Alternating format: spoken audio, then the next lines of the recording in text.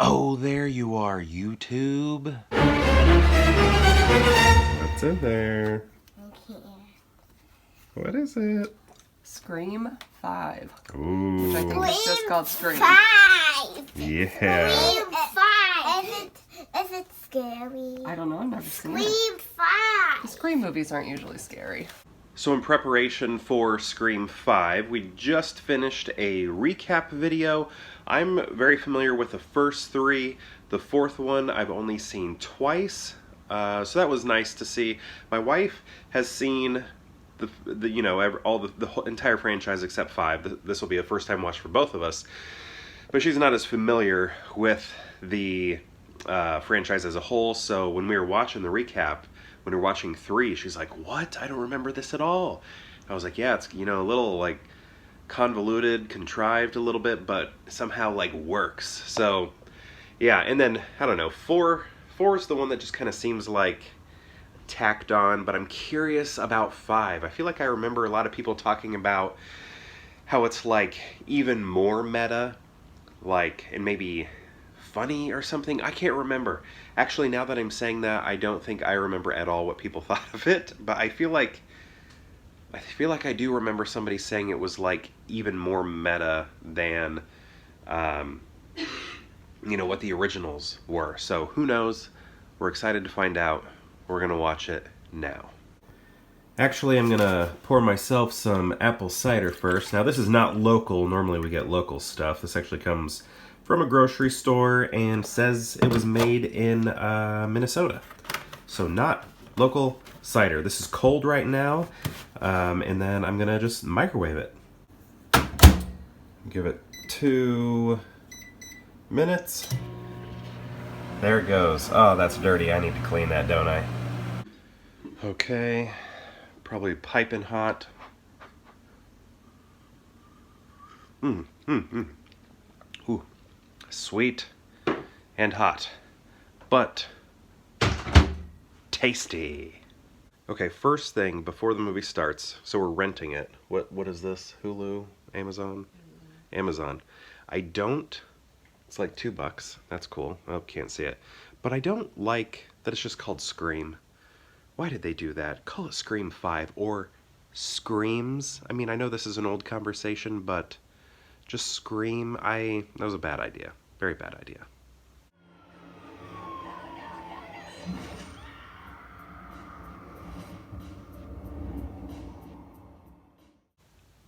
Alright, so I thought that was really good. I don't remember what the consensus was. Did people like that movie? I should have looked that up beforehand. I thought it was really good. I didn't think it was more meta or more satire or anything than the previous ones. Maybe even less than the third one anyway.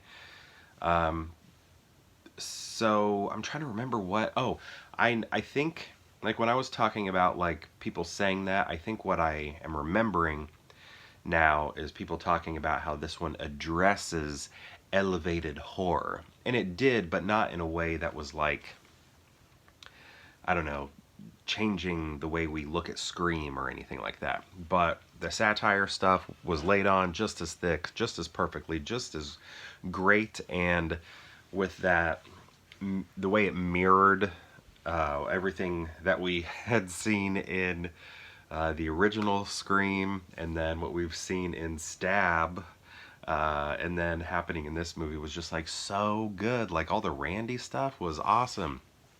And I felt like, I'm going to get into spoilers if that's alright. I think everybody's seen it but me. But, until now. So this was a first time watch for us. But, I feel like one of the killers, I don't know, both killers I did suspect along the way, and one of them I was pretty sure about. It was very clear there were going to be 2, but they gave away Meg Ryan and Dennis Quaid's son a little too easily in the hospital scene when Dewey beats up the ghost face, right? Because you could see Quaid like looking like, oh shoot, uh-oh, that's my friend over there, so that was kind of given away. That sounds weird, but that's right, I think. Got a cough drop. I'm sorry. Been coughing all day. Um, but oh man, spoilers. I'm just gonna start hopping around because I can't believe, but I also can believe we lost Dewey. Dewey is finally gone. He's out of the franchise. I think we only have 2 legacy characters left. I love that they talked about the legacy characters. I love that they pointed to exactly what was going on, and that's nothing new for this franchise. That's exactly what this franchise does. But it was just so cool to see it so far removed and comparing it to Hollywood today, because it wasn't just a commentary on the horror genre, a satire of the horror genre like it was previously, but now it's on Hollywood at large with the, I can't remember what they called it, um, like the sequel, reboot, what were they calling that? Requel, that's it, requel. Like, and then listing off how it's happening, like beyond horror, like this really exists in all of Hollywood right now. Um, so all of that was really fun to listen to because it's just, what you see in the comment sections, what you see in YouTube videos and things like that. We're seeing it on the silver screen. They really pointed to everything, especially when it was so funny when they pointed to, like, before we watched the movie, I'm sitting there in front of the TV complaining about the title of the film, that they called it Scream instead of Scream 5, and then they talk about Stab 8 being called Stab instead of Stab 8. I felt embarrassed. I was like, I can't believe I just complained about that, and this movie like addresses it specifically, like they were making fun of me. And I just like said that, like it was so funny. But yeah, I thought this was great. I'm trying to think of like how I would rank these. It's been a while since I've seen the others, like ranking. It'd be good to just kind of binge them all. But I can see this one. I know I liked it better than 4, and I liked 4, but I think, but in 3 is its own animal. Like 3 is just something else. Like it's so far outside of like the world the movie has even built. It, like Jay and Silent Bob are in it, Carrie Fisher, like all of that stuff is just like so bizarre that it doesn't even feel like the movie is accepting its own reality. Like it is like a little, it pushes, it's like Gremlins 2 versus Gremlins 1. Like 3 is like Gremlins 2. So I don't know. I was never that big of a fan of 3. So I can see Scream 5 maybe being my third favorite. Um, Speaking of Scream 3, though, they kept talking about, Billy Loomis started it all. And it's like, well, what about Sidney's half-brother? So they kind of ignored him because he really set it all up. He is really responsible, but whatever.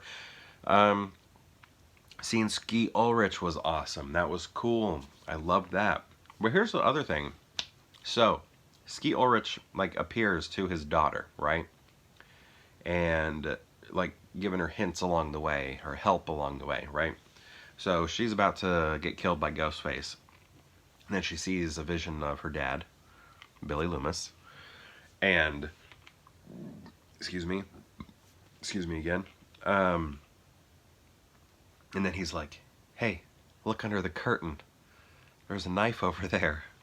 So she grabs that and then she starts stabbing, right?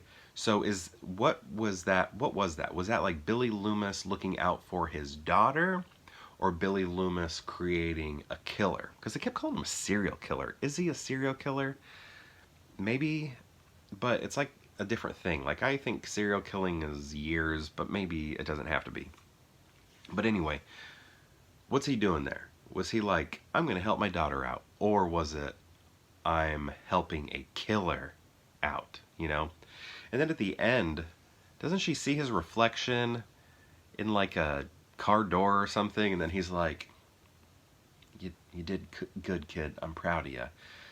Is that like Billy Loomis sees the errors of his ways, like in the afterlife, and he's just kind of like proud of his daughter for surviving? Or is he proud of his daughter for getting her to kill? I mean, it seemed like just a proud dad moment, like, you got through it, hun. You know, I wasn't there to help you or protect you or raise you or anything, but you grew up to be a good girl. And it's like, Billy's saying this? Like, I don't know. It was just kind of funny to sort of flip the script on Billy and the type of person he was, because he just kind of seems like a lovable guy or something like that has no like sins in his past in this franchise. It was kind of funny to see, but I don't know. Regardless, I still really like this movie. I thought it was good, and I think it might be my third favorite in the franchise. I really need to watch 3 again. Um, like, now that they're all out, will I change my mind on it? Maybe, maybe that I'm, not that toxic fan or whatever anymore. I think it's fun that they talked about that too. Maybe 3 I won't find as offensive or something, I don't know. I don't know if I found 3 offensive. I just thought it was too silly or something. And I think I thought it was boring. I like the killer motivations in this. It kind of reminded me of 3, actually. Timothy Olyphant's, you know, motivations in that movie were kind of similar to this one in a way, inspired by the movies. His was, he wanted that, first trial. Timothy Olyphant's, he wanted that trial where he can blame the movies, and here they wanted to create new installments of the Stab franchise. I thought that was pretty cool. But anyway, yeah, this was great. What did you think of it? Did you like it? I don't remember what the consensus was with people on this film. I'd love to know what you thought of it. Please let me know in the comments below, and perhaps I'll see you tomorrow for more Pure Hangout.